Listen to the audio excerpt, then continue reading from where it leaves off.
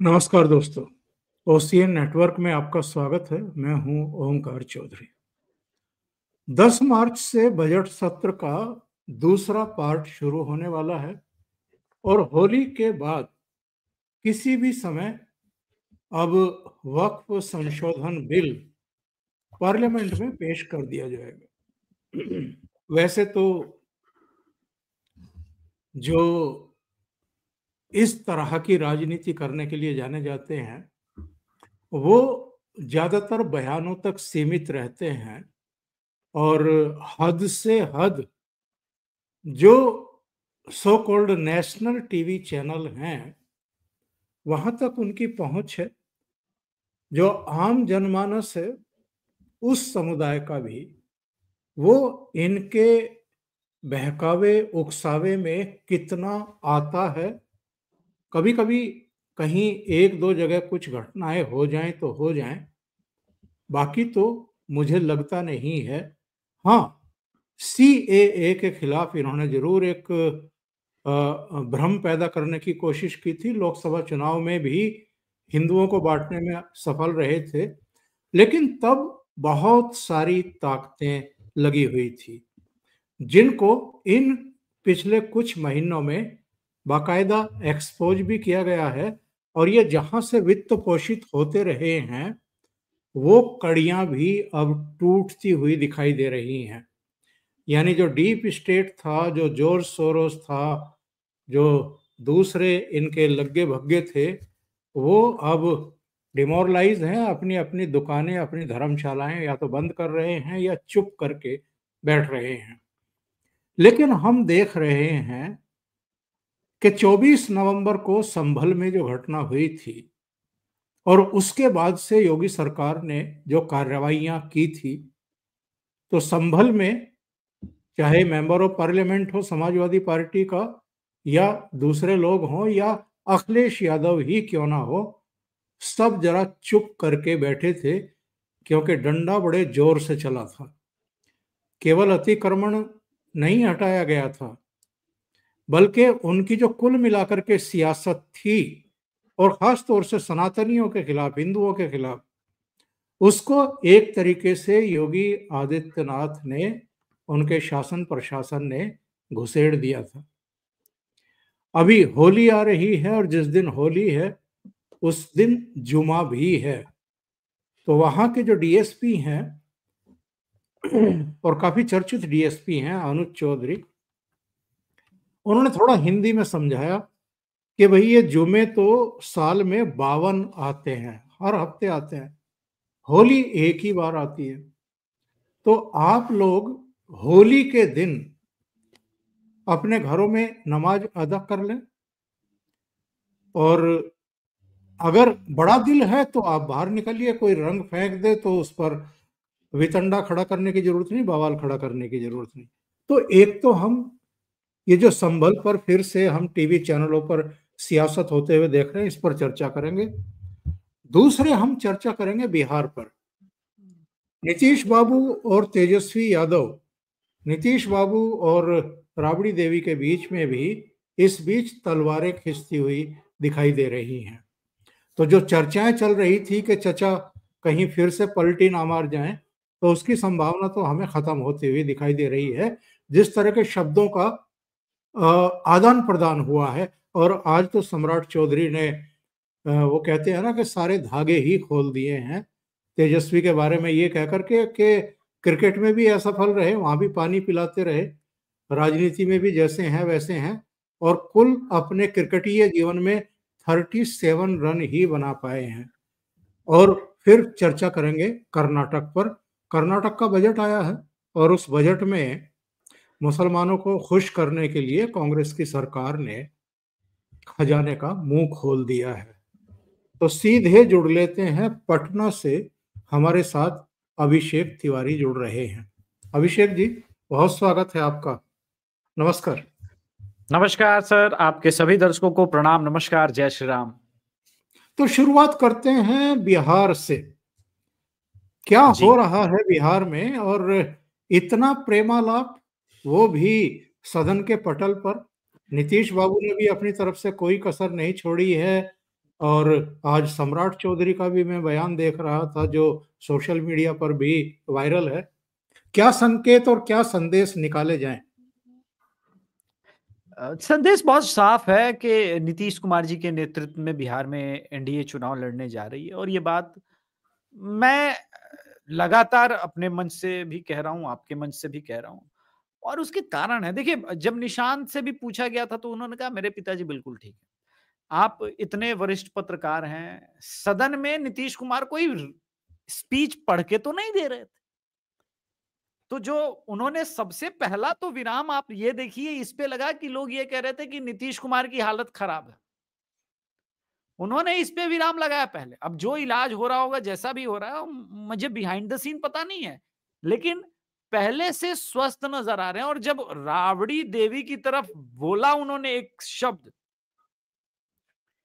अरे जानते नहीं हैं, पहले वो मुख्यमंत्री रहा, चारा घोटाला में फंसा, तो तुमको तुमको कुछ पढ़ना लिखना आता था। मुझे याद आया 1994 का एक स्पीच के 1994 कह रहा हूं, 1999 में आई थिंक या 2000 में दिया था नीतीश कुमार ने कि आप जीरो सीएम। बहुत फेमस, मतलब भारत के पटल पर सदन के अंदर कई बयान आए होंगे, कई बयान दिए होंगे, मगर ये जो कुछ चीजें होती है आइकॉनिक होती हैं। वो आइकॉनिक स्पीच था नीतीश कुमार का कि बिहार के पास जीरो सीएम है, जिसमें उन्होंने कहा कि न तजुर्बा है, न एक्सपीरियंस है, न पढ़ना लिखना जानती है, जीरो सीएम। वो पूरा वायरल हुआ था। अभी रिसेंटली कुछ एक वेब सीरीज में भी उस पूरे स्पीच की एक कॉपी चलाई गई है। बिहार के ही ऊपर एक वेब सीरीज बनी थी। उसी रॉ में नीतीश कुमार 2025 में थे, और जब तेजस्वी यादव की तरफ उंगली करके बताया कि बिहार में कुछ था जी, तुम्हारे बाप को तुम्हारे जात के लोग जो है वो मुख्यमंत्री बनने नहीं देना चाहते थे, वो तो हम थे तो समर्थन किए थे। तो जो चीजें दिखी उसके बाद आज जिस प्रकार से रॉ में सम्राट चौधरी थे, इसके पहले एक दिन और झूठ को लेकर के विजय सिन्हा पे अटैक किया था। तो तिलक लगा के झूठ बोलते हैं, बोला कि आपको तिलक से इतना प्रॉब्लम है तो आप जाके टोपी लगाइए। तो आप ये देखिए कि बिहार के अंदर अग्रेसिव है एनडीए बहुत, राजद के ऊपर। वो समझ रहा है कि तेजस्वी को घेर लिया तो कहानी समाप्त, क्योंकि जो भी है महागठबंधन के अंदर तेजस्वी है।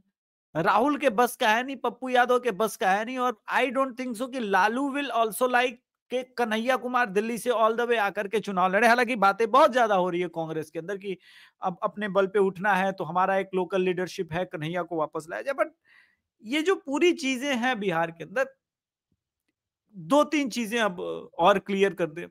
आपको तो पता है, आपके कुछ चहेते पत्रकार हैं उस तरफ के मीडिया हाउस में, वो लोग कहते हैं कि भारत की बर्बादी के जिम्मेदार दो ही नेता हैं, एक ये नीतीश कुमार और दूसरा चंद्रबाबू नायडू।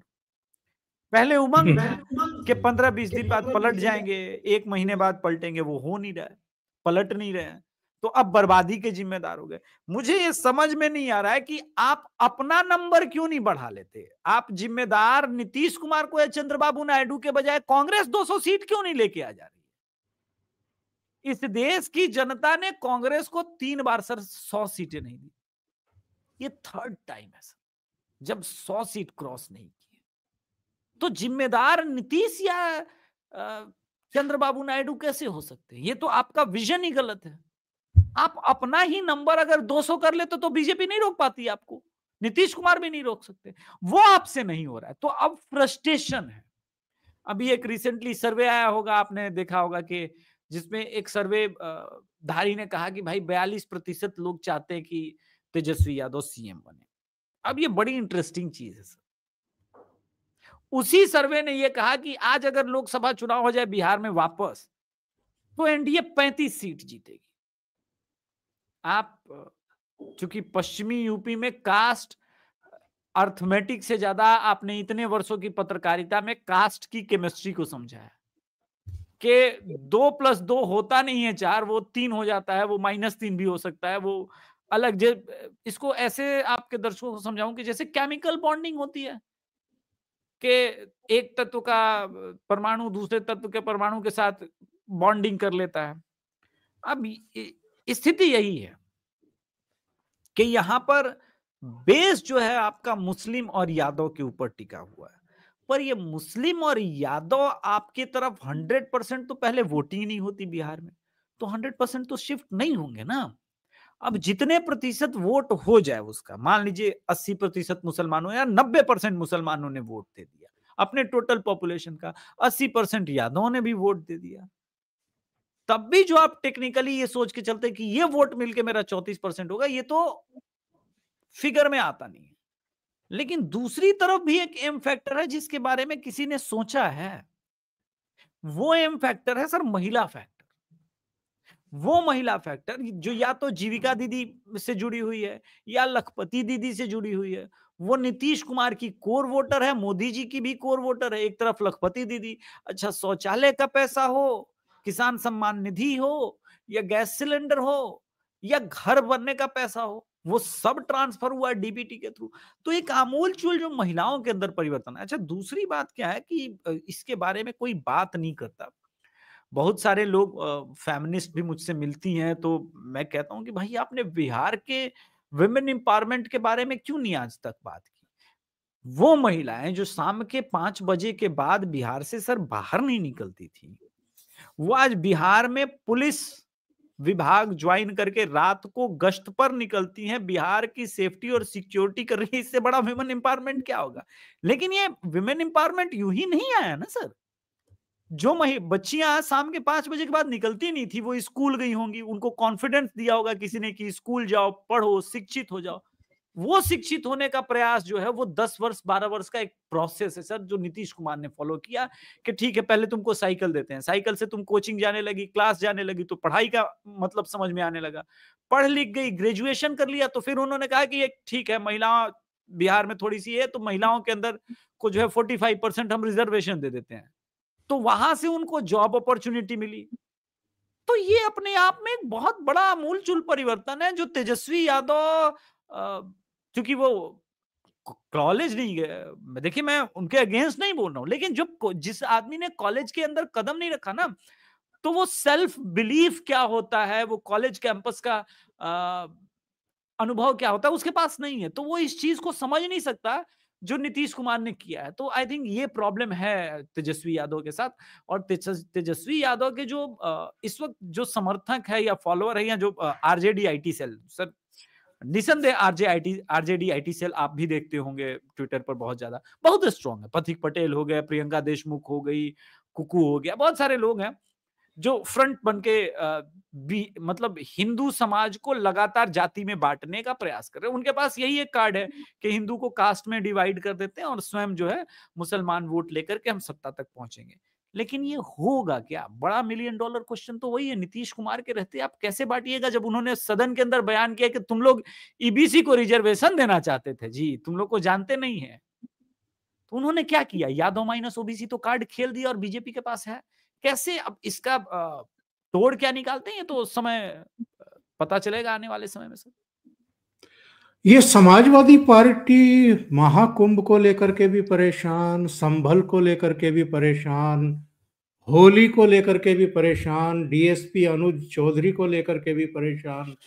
आज रामगोपाल यादव का मैं बयान देख रहा था, कह रहे थे कि संभल में दंगा तो इन्हीं अनुज चौधरी ने कराया और सत्ता परिवर्तित होते ही ऐसे लोग जेल में होंगे, ये जेल में होंगे, इस तरह का बयान। और ये मेंबर ऑफ पार्लियामेंट हैं, इस तरह की बयानबाजी कर रहे हैं। इनकी बौखलाहट, इनकी परेशानी हद से ज्यादा बढ़ती जा रही है। अनुज चौधरी ने क्या गलत कहा था? अनुज चौधरी ने कहा है कि 52 जुमे आते हैं पूरे साल में, अगर इस बार का जुमा होली के दिन ही पड़ रहा है तो या तो इतना जिगरा बड़ा करके आप बाहर निकलें घर से कि अगर कोई बच्चा या कोई भी रंग डाल दे या जो गुलाल उड़ रहा है वो आपको लग जाए तो आप बुरा ना माने, मुबारकबाद दें सामने वाले को, गले मिलें और अपने घर चले जाएं या नमाज अदा कर लें या अपने घर में रहिए। भाई कर्फ्यू के दौरान भी आप घर में ही नमाज अदा करते हैं, आप कोविड काल में भी अपने घर में ही रहे हैं। एक दिन आप नहीं बाहर निकलेंगे तो कौन सी आफत आ जाएगी? और अगर किसी ने बवाल करने की कोशिश की, जैसा 24 नवंबर को बेवजह पत्थरबाजी की गई थी एएसआई की टीम के ऊपर, सर्वे टीम पर, तो फिर उसका इलाज भी हम करना जानते हैं। तो क्या गलत बात कह दी थी अनुज चौधरी ने? सर पहले तो विथ ड्यू रिस्पेक्ट के वो जो पत्थरबाजी थी वो बेवजह नहीं थी। अब तो हमारे पास एफआईआर की कॉपी और उनका एक्सेप्टेंस है कि प्लान किया गया था कि विष्णु शंकर जैन जी को घेर करके उनके साथ जो है दुर्घटना हो जाती वो। लेकिन अनुज चौधरी जी, हैट्स ऑफ। अनुज चौधरी जी की जो प्रॉब्लम है अनुज चौधरी जी की, कि भाई वो संविधान को मान रहे हैं। समाजवादी पार्टी सर संविधान को नहीं ना मानती। आप बताइए सर, राम वृक्ष यादव, आप तो वरिष्ठ पत्रकार हैं, उत्तर प्रदेश को आपने कवर किया है सर इतने सालों। राम वृक्ष यादव मथुरा के पास उतनी बड़ी भूमि में वो चल रहा था वो रैकेट।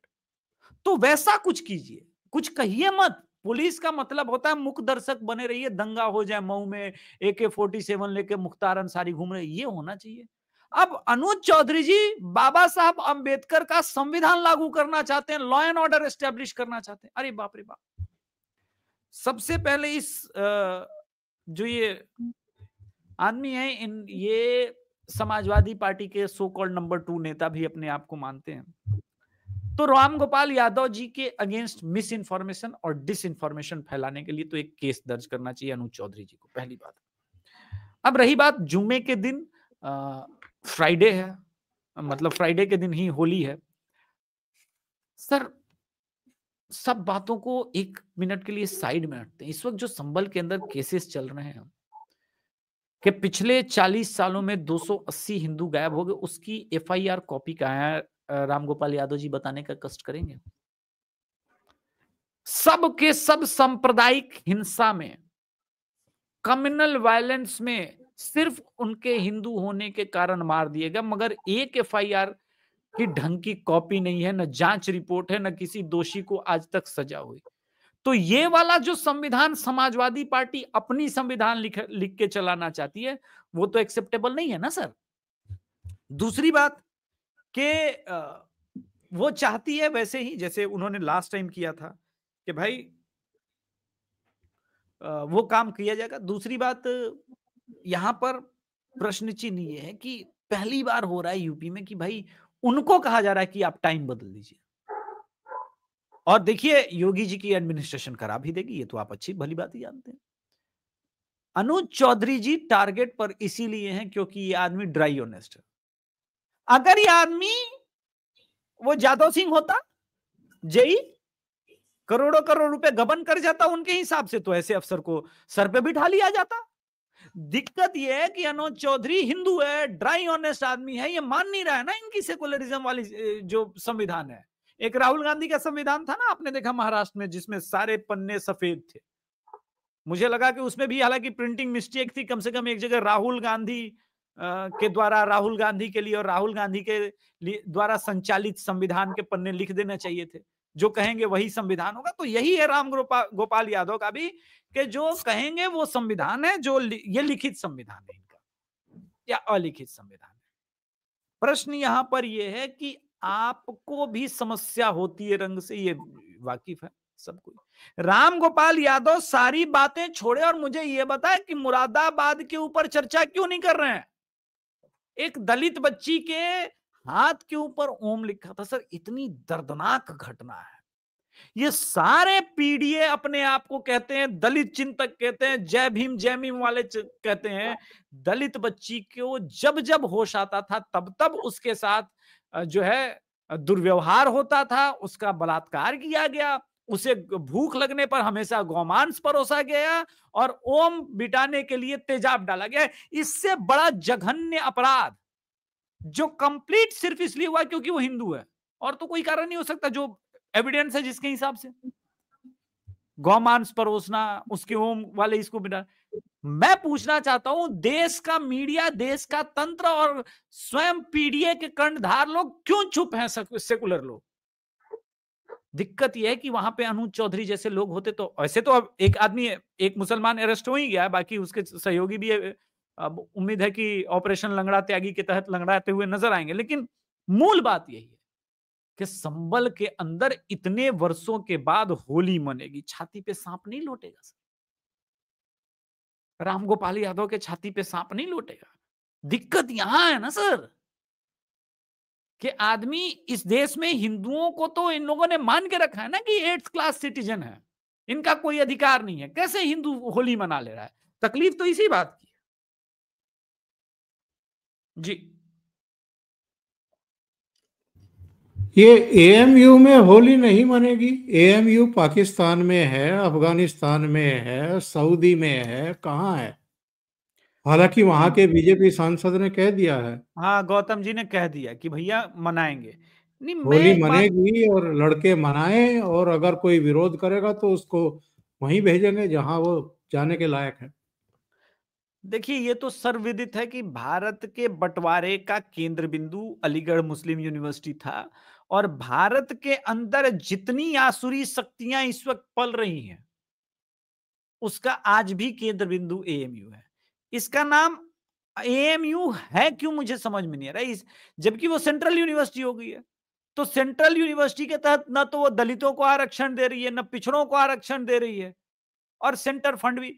इसका तो नाम परिवर्तित करके, ठीक है, अलीगढ़ विश्वविद्यालय कर दीजिए। मैं ये नहीं कह रहा हूं कि अलीगढ़ नाम हटा दीजिए, अलीगढ़ विश्वविद्यालय हटाए। मुसलमान क्या होता है? मुस्लिम यूनिवर्सिटी, माइनॉरिटी यूनिवर्सिटी, ये क्या होता है इस देश में? उसमें माइनॉरिटी पढ़ेगा, मतलब मेजॉरिटी। आज तक आपने देखा है सर कहीं कि मेजॉरिटी यूनिवर्सिटी है? हिंदू मेजॉरिटी यूनिवर्सिटी, यहां पे माइनॉरिटी की एंट्री नहीं है। मतलब सारे अधिकार हिंदुओं से छीन लिए गए। सबसे पहले तो अलीगढ़ मुस्लिम यूनिवर्सिटी का नाम बदल देना चाहिए और सारे अधिकार छीन लेने चाहिए। उसके बाद ही ये सारा डेरा डंडा खत्म होगा। वरना हमको देखिए कभी कभी लगता है कि कुछ चीजों पे हार से स्टेप उठाने की आवश्यकता है। जैसे वक्फ बोर्ड पे काम हो रहा है, आपने बोला, और हम लोग सब जानते ही हैं कि वक्फ बोर्ड पे ऑलरेडी सारी चीजें हो गई, अब तो नाम भी उम्मीद हो गया, तो काम हो ही जाएगा। लेकिन और जो केंद्र बिंदु है ना इस देश में अराजकता के, उस पर प्रहार करने की आवश्यकता है। बहुत बहुत कठिन समय हो गया है, चीजों को नॉर्मलाइज किया जा रहा है। अब देखिए कोर्ट ने भी बयान दिया कि आप किसी को मियां कहते हैं तो ये कम्युनल बात नहीं है। मतलब फिल्मों में मियां भाई की डेयरिंग बोले तो अच्छी बात है, हम मियां बोल दे तो दिक्कत है। ये सारी समस्याओं का जड़ वही है सर, और जड़ पे प्रहार। हालांकि गौतम जी ने कहा है कि जो रोकेगा उसको सही जगह पे पहुंचा दिया जाएगा, लेकिन ये क्या है, इस तरह की चीजें फिर क्लैश का कारण बनती है। और मैं चाहता हूं कि योगी जी का एडमिनिस्ट्रेशन इसको सही ढंग से सॉर्ट आउट करे। ये अलीगढ़ से पहली बार इस प्रकार की खबरें नहीं आई हैं। रमजान के समय में भोजन नहीं बनेगा, क्यों नहीं बनेगा भाई? जिसको नहीं करना है ना करे, तुम्हारे बाप के पैसे लग रहे हैं, भारतीय सरकार के पैसे लग रहे हैं ना, तो ये सारी चीजें बंद होनी चाहिए। बाकी अलीगढ़ मुस्लिम यूनिवर्सिटी के बारे में तो जो कुछ है तमाशा, वो तो पुष्पेंद्र कुलशेख सर ने बहुत पहले एक्सपोज किया था, बहुत ब्रूटल ढंग से।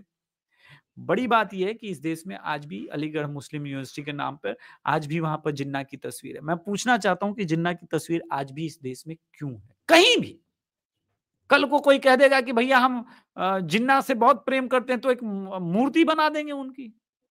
ये क्यों भाई? जिन्ना इस देश में डायरेक्ट एक्शन डे का जिम्मेदार है, क्यों जिन्ना भक्ति क्यों रहेगा? जिन्ना जिन्ना ने बनवाया था, उसका नाम बदल दीजिए, खत्म कीजिए। जी चलिए कर्नाटक चलते हैं, वहां से भी एक बड़ी अच्छी खबर आ रही हाँ है। हाँ हाँ, बहुत बहुत गजब। पांचजन्य का ये ट्वीट है। जी मुसलमानों पर मेहरबान हुई कर्नाटक की कांग्रेस सरकार, बजट में मुसलमानों के लिए खोला खजाना, अल्पसंख्यक विकास के लिए दिए 1,000 करोड़, वक्फ संपत्ति की सुरक्षा के लिए 150 करोड़, उर्दू स्कूलों के लिए 100 करोड़, इमामों की तनख्वाह बढ़ाकर 6,000, मुस्लिम लड़कियों को मिलेगी सेल्फ डिफेंस की ट्रेनिंग, हर तालुका में 15 महिला कॉलेज। यस, हर तालुका में मुसलमानों के लिए बनाए जाएंगे बड़े हॉल, ताकि मुस्लिम समाज कर सके अपने मजहबी कार्यक्रम। केवल मुसलमानों के लिए बड़े हॉल बनाए जा रहे हैं, अभिषेक जी। देखिए मुझे इस बात की तकलीफ रहती है हिंदुओं से। अचानक जब वो उद्वेलित होते हैं ना, तो कहते हैं इस बार बीजेपी को सबक सिखाएंगे। तो बीजेपी तो सरकार में नहीं, आपने सबक सिखा लिया। अब सबक कौन सीख रहा है? सोचिए हिंदू कितना नीचे है कि हिंदुओं का कोई अधिकार नहीं, हिंदुओं के टैक्स के पैसे, मंदिरों के से चुराया हुआ धन, ये सब कुछ खर्च हो रहा है वहां पर। इस देश की दुर्दशा है ये। इस देश में सबसे पहला काम जो होना चाहिए, अल्पसंख्यक मंत्रालय, और ये अल्पसंख्यकों के लिए अलग से करेंगे, फलाना ढिमकाना करना है, अपने पैसे से करो ना भाई, कौन रोक रहा है? लेकिन मुसलमानों के लिए अलग कॉलेज, क्यों इस देश में हिंदू का अधिकार नहीं है? कॉलेज बनाना था तो 15 कॉलेज बना देते, कोई दिक्कत नहीं, उसमें सभी पढ़ते हैं। नहीं, लेकिन मुसलमान बच्चियों के लिए, भाई मुसलमान बच्चियों के लिए क्यों? पारसी बच्चियों के लिए क्यों नहीं? नहीं, मुझे समझा है कि पारसी बच्चियों के लिए क्यों नहीं, जैन बच्चियों के लिए क्यों नहीं, सिख बच्चियों के लिए क्यों नहीं? वो भी तो अल्पसंख्यक, असल में तो अल्पसंख्यक वही है। मुसलमानों का देखिए सर, इस देश का सबसे पहले इन सब चीजें, ये ड्रामे का सबसे इंपॉर्टेंट चीज जो है वो खत्म करना पड़ेगा। हिंदुओं को सबसे पहला डिमांड ये करना होगा अब सरकारों से कि भाई ये अल्पसंख्यकों से मुसलमानों को बाहर निकालिए। 1%, 2%, 3% अल्पसंख्यक होता है, 15% हो गए, 16% हो गए, कहीं कहीं 19% है, 20% है, कहीं 35% है, 30% है, वो अल्पसंख्यक ही बने रहेंगे। अच्छा, कमाल की बात है, आज जो अल्पसंख्यक का डिफिनेशन है उसके अनुसार कश्मीर में आज भी अल्पसंख्यक है। साला अल्पसंख्यक का तो डेफिनेशन ही बदल गया है इस देश में। तो सबसे पहले इस चीज पे कार्रवाई करनी पड़ेगी। अगर जब तक हम लोग ठोस ढंग से चीजों को नहीं उठाएंगे, तब तक मुझे लगता है कि ये काम होता रहेगा। और हिंदुओं को तो सबक सिखाने में मजा आता है। कुछ लोग पृथ्वीराज चौहान को सबक सिखाना चाहते थे, कुछ लोग छत्रपति शिवाजी महाराज जी को सबक सिखाना चाहते थे, और 1000 साल से ये सबक सीखते हैं, मगर फिर भी ये सबक नहीं सीखे कि दूसरों को सबक सिखाने के चक्कर में जो अपने उनका अपना हित है, ये स्वयं सीखते हैं। मोदी जी को सबक सिखाने के चक्कर में ये 240 पर आ गए। आज जानते हैं सर उसका इंपैक्ट क्या हुआ है? आज उसका इंपैक्ट है कि इफ्तार पार्टियों का दौर वापस शुरू हो गया। लोग डरते थे ये सो कॉल्ड अपने आप के सेकुलर नेता की, बाप रे बाप इफ्तार पार्टी करेंगे हार जाएंगे, लेकिन इनका बिलीफ सिस्टम फिर से जग गया कि yes we can divide Hindus, we can target Anuj Chaudhary, we can target Abhishek Tiwari, we can target Omkar Chaudhary, और हम जीत भी जाएंगे, क्योंकि हिंदू बढ़ सकता है, उसके लिए सारी चीजें इंपॉर्टेंट है। ये देखिए, अखिलेश मियां जो है वो इफ्तार दावत में शामिल हो रहे हैं। बिल्कुल, तो आप समझिए कि इफ्तार की राजनीति वापस, देखिए इफ्तार के दावत में शामिल होने से मुझे कोई दिक्कत नहीं है, लेकिन ये प्योर पॉलिटिकल है। दिन भर खा रहे हैं, सुबह ब्रेकफास्ट किया, लंच किया, उसके बाद इफ्तार पार्टी दे रहे हैं। इफ्तार भैया रोजेदार के लिए होता है ना, जो रोजा करता है। अखिलेश यादव रोजे में थे क्या? पूछा जाता है अखिलेश यादव से, रोजे में रखे हैं, इस्लाम अपना लिए हैं? खुल के बोलिए ना महाराज कि इस्लाम अपना लिए, फिर रोजा कीजिए, कोई दिक्कत नहीं, रोजा कीजिए, इफ्तार कीजिए, जो करना है कीजिए, सहरी भी जाके उनके साथ खाइए। ये सारी ड्रामेबाजी इस देश में, इस देश को गर्द में लेके जा रही है। और जैसा मैंने कहा कि आपने आज तक नहीं देखा होगा कि नवरात्रि में ये देवी पूजा कर रहे हैं बच्चियों की, नहीं करेंगे, क्योंकि उससे उनका मैसेज गलत जाता है। इन तमाम चीजों का एक ही उत्तर है, योगी आदित्यनाथ। हमें ब्लाइंडली सबक नहीं सिखाना है, स्वयं सबक सीखना है। और ऐसा इस बार वोट कीजिए कि अखिलेश यादव की कहानी समाप्त हो जाए राजनीतिक रूप से। जी चलिए, जाते जाते एक चित्र दिखाता हूं, फिर इस पर आपकी टिप्पणी। ये कुली हैं जो 3-4 हजार 5 हजार के जूते पहने हुए हैं।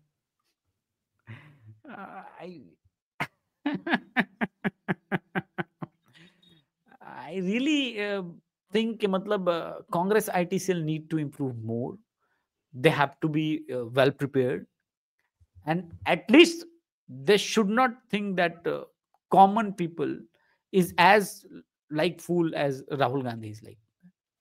मतलब सबको आप ये मत इसकी करोड़ों जनता जो है हिंदू, वो राहुल गांधी की तरह सोचती है। वो राहुल गांधी है, आई बिलीव कि वो राहुल गांधी से कहीं मैच्योर है। और कुली अब नाइकी का जूता पहन रहे हैं, तो फिर मुझे लग रहा है कि मोदी जी को धन्यवाद देना पड़ेगा कि भाई इतना अपलिफ्टमेंट तो आ ही गया है मोदी राज में, क्योंकि कम से कम राहुल राज में तो ये नहीं था। जी, कच्चा खा गए ये लोग। जब ड्रेस चेंज करवाई थी फोटोग्राफी के लिए, तो कम से कम जूते भी थोड़े से पुराने ढूंढ ढांड करके पहना देते तो ज्यादा अच्छा रहता, एक्सपोज ना अरे सर होते। वो अरे नहीं सर, ये देखिए ड्रामे करने वाले अक्सर यहीं चूकते हैं। एक फ़िल्म आई थी अक्षय कुमार की, वो बॉर्डर पार पकड़ा जाता है तो उसने बोला कि सिगरेट पीना है, तो उसे पूरा इंडियन मिलिट्री बेस दिखाया जाता है। तो सिगरेट पीने के लिए सिगरेट मिली, कोई दिक्कत नहीं। फिर उसे बोला माचिस, तो माचिस पाकिस्तानी दे दी। तो उसने बोला यार कम से कम ऐसा तो मत करो सेटअप, माचिस तो ठीक से दे दिया करते। तो पाकिस्तानी माचिस दे करके वही स्थिति है इनकी कि जूते नाइक के रहने दिए। बोला क्या किसकी दृष्टि जाती है? सब तो राहुल बाबा के नीचे ही सोचते हैं। देश की जनता राहुल गांधी नहीं है, इतना ही मैं कहूँगा बस। अभिषेक जी बहुत बहुत धन्यवाद, आप जुड़े, ओसीएन नेटवर्क के लिए इतना समय निकाला और कई महत्वपूर्ण मुद्दों पर चर्चा की। Thank you so much. धन्यवाद सर। जय श्री राम, हर हर महादेव। जय श्री राम।